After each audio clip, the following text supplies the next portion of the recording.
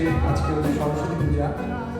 তো আজকের দিনটার আমার একটা উদ্দেশ্য, আমার কিছু দেখতে পাচ্ছেন কিছু মানুষ, আমি যাদেরকে মানুষ বলি, যাদের কথাগুলো হচ্ছে একদম নির্ভেজাল খাঁটি, তারাও কিন্তু কাঠ বস্তু হলেও তাদের এমন কথাগুলো বলে যেটা আমার হৃদয় কেড়ে নেয়, মানুষের হৃদয় কেড়ে নেয়।